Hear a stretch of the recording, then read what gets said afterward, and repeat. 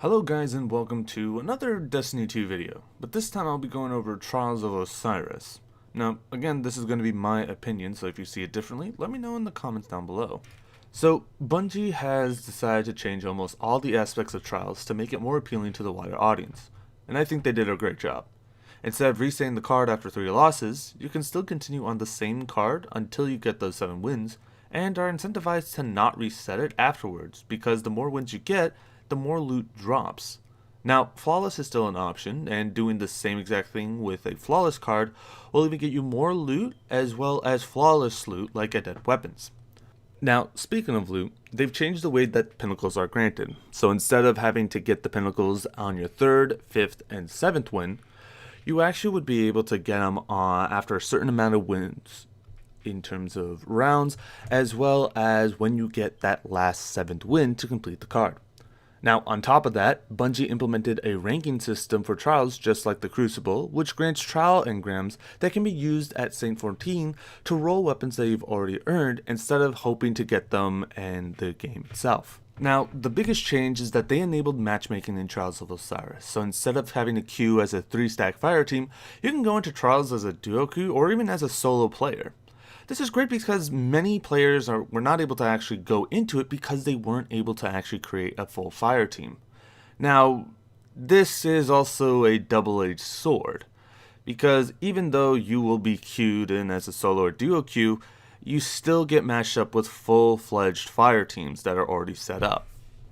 Now, that does put you at an extreme disadvantage, as you are not likely going to talk to your teammates when you're not queued with them. That's the same thing on PC, no one uses voice chat, so it's not likely you're going to actually have a decent conversation and actually put out decent callouts for your teammates to go and actually utilize.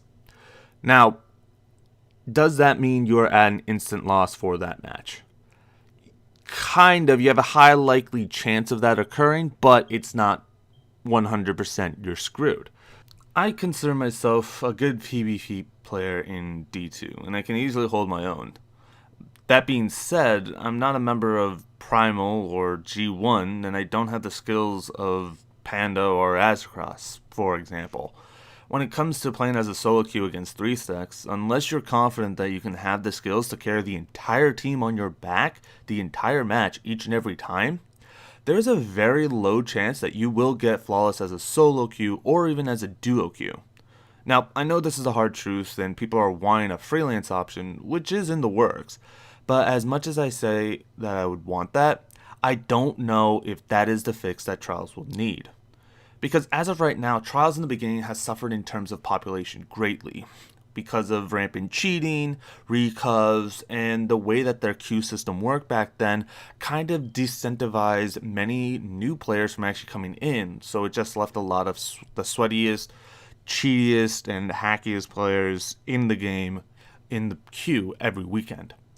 Now, with anti-cheat introduced and recoveries and win trading being bannable offenses now, on top of the myriad of changes that we just went over in the beginning, I can see the population of trials increasing, but however, it's still considered a small population compared to Crucible in general. Because again, now they're making it where you have to have the most up-to-date season unlocked to access trials rather than having it be free to play, which is great in my opinion, but again, it does do some limiting on the actual account itself, on how many members of the community is able to play at that same time.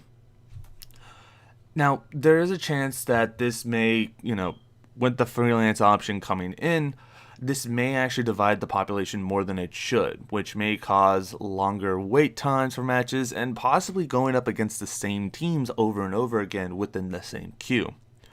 Now, Bungie is testing this later in the season to see if this works, and obviously I will try it out as well, because I do want to see how this impacts the way that Trials is made.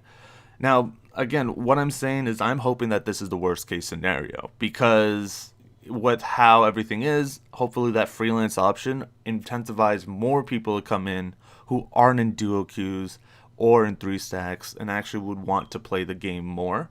And I'm hoping that this is kind of like the right way of going at it. and not going to be kind of the likely outcome of just dividing the entire population of trials much more than it should.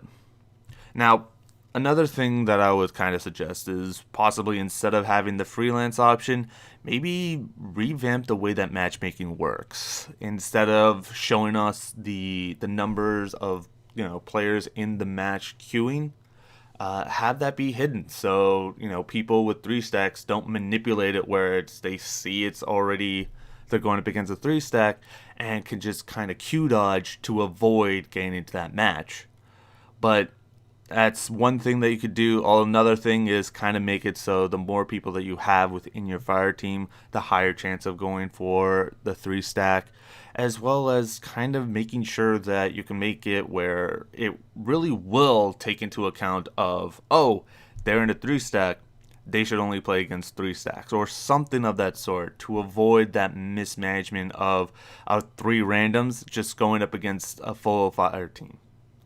But again, these are my opinions. What do you actually think? Do you think Trials of Osiris is kind of good enough to go back into, or do you think it still needs additional work for you to even consider it as an option to play? Let me know in the comments down below. Thank you for watching, and have a nice day.